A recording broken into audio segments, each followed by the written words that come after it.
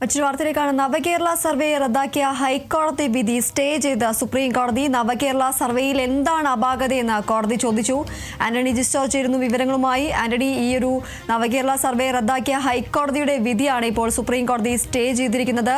സർക്കാരിന് ആശ്വാസം എന്ന് പറയാൻ സാധിക്കും. കൂടുതൽ വിവരങ്ങൾ എന്തൊക്കെയാണ്? തീർച്ചയായും സർക്കാരിന് ആശ്വാസം തന്നെയാണ്. ഹൈക്കോടതി ഈ ഡിവിഷൻ ബെഞ്ചാണ് നവകേരള സർവേ റദ്ദാക്കിയത്. അത് സർക്കാരിനെ സംബന്ധിച്ച് വലിയ തിരിച്ചടിയായിരുന്നു. പ്രത്യേകിച്ച് ഈ ക്ഷേമ പ്രവർത്തനങ്ങൾ, ഇങ്ങനെ സർക്കാർ നടത്തിയ ക്ഷേമ പ്രവർത്തനങ്ങളെ കുറിച്ചുള്ള അഭിപ്രായം ജനങ്ങളിൽ നിന്ന് നേരിട്ട് ശേഖരിക്കുന്നതിന് വേണ്ടിയാണ് ഇത്തരത്തിലൊരു നവകേരള സർവേ സർക്കാർ സംഘടിപ്പിച്ചത്. 20 കോടി രൂപ ചെലവിലായിരുന്നു ആ പരിപാടി.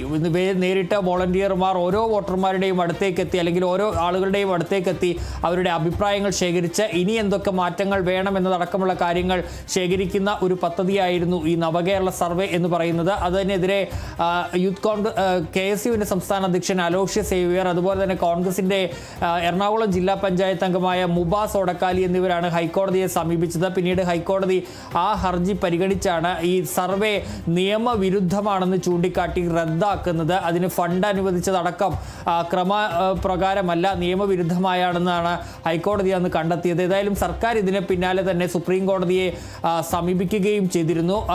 ഈ ഭരണപരമായ കാര്യങ്ങളിൽ ഇടപെടാൻ ഈ ഹൈക്കോടതിക്ക് അധികാരമില്ല എന്നതടക്കമുള്ള വാദങ്ങൾ ചൂണ്ടിക്കാട്ടിയാണ് സർക്കാർ സുപ്രീം കോടതിയിലേക്ക് എത്തിയത്. ഏതായാലും സുപ്രീം കോടതിയിൽ നിന്നിപ്പോൾ സർക്കാരിനെ സംബന്ധിച്ച് വളരെ ആശ്വാസകരമായ ഒരു തീരുമാനം ഉണ്ടായിരിക്കുന്നു എന്നുള്ളതാണ് ഏറ്റവും പ്രധാനപ്പെട്ട കാര്യം. അതായത് നവകേരള സർവേ റദ്ദാക്കിയ ഹൈക്കോടതിയുടെ വിധി ഇപ്പോൾ സുപ്രീം കോടതി സ്റ്റേ ചെയ്തിരിക്കുന്നു. ചീഫ് ജസ്റ്റിസ് അധ്യക്ഷനായ ബെഞ്ചാണ് ഈ അപ്പീൽ പരിഗണിച്ചത്. ഏതായാലും കോടതി ചോദിച്ചത് എന്താണ് ഈ നവകേരള സർവേയിലൊരു അപാകത, അല്ലെങ്കിൽ അതിലെന്താണ് തെറ്റ് എന്നാണ് കോടതി ചോദിച്ചിരിക്കുന്നത്.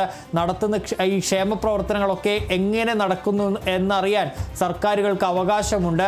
അതെല്ലാ സംസ്ഥാനങ്ങൾക്കും അത്തരത്തിൽ അവകാശമുണ്ട്. അതിലെന്താണ് തെറ്റെന്നാണ് കോടതി ചോദിച്ചിട്ടുള്ളത്. ഏതായാലും അത് ചൂണ്ടിക്കാട്ടിക്കൊണ്ടാണ് ഇപ്പോൾ കോടതിയുടെ നടപടി. ഇക്കാര്യത്തിൽ കോടതി നോട്ടീസ് അടക്കം അയക്കുകയും ചെയ്തിട്ടുണ്ട്. ഏതായാലും സംസ്ഥാന സർക്കാരിനെ സംബന്ധിച്ച് നമുക്കറിയാം, ഈ ഡേറ്റ ചോർച്ചയിൽ ഒരു തിരിച്ചടി നേരിട്ട ഘട്ടത്തിലാണ് ഇപ്പോൾ സർക്കാരിനെ സംബന്ധിച്ച് വലിയൊരു ആശ്വാസം സുപ്രീം കോടതിയിൽ നിന്ന് ഉണ്ടായിട്ടുള്ളത്. ഈ വിധി നവകേരള സർവേയുമായി സർക്കാരിന് ഇപ്പോൾ മുന്നോട്ട് പോകാം എന്നുള്ളത് തന്നെയാണ് ഏറ്റവും പ്രധാനപ്പെട്ട കാര്യം. നവകേരള സർവേ പുരോഗമിക്കുന്ന ഘട്ടത്തിലാണ് ഇത്തരത്തിൽ ഹൈക്കോടതി ഈ സർവേ റദ്ദാക്കുന്ന ഒരു സാഹചര്യത്തിലേക്ക് പോയത്.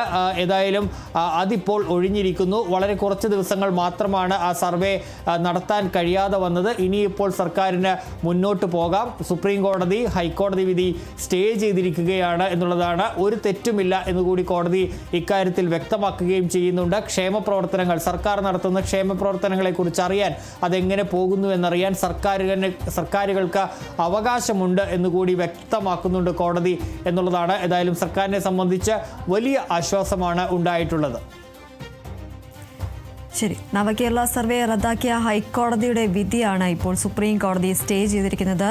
നവകേരള സർവേയിൽ എന്താണ് അപാകതയെന്നാണ് സുപ്രീം കോടതിയുടെ ചോദ്യം. ആന്റണി ജിസ്റ്റോർ ആണ് വിവരങ്ങൾ നൽകിയത്.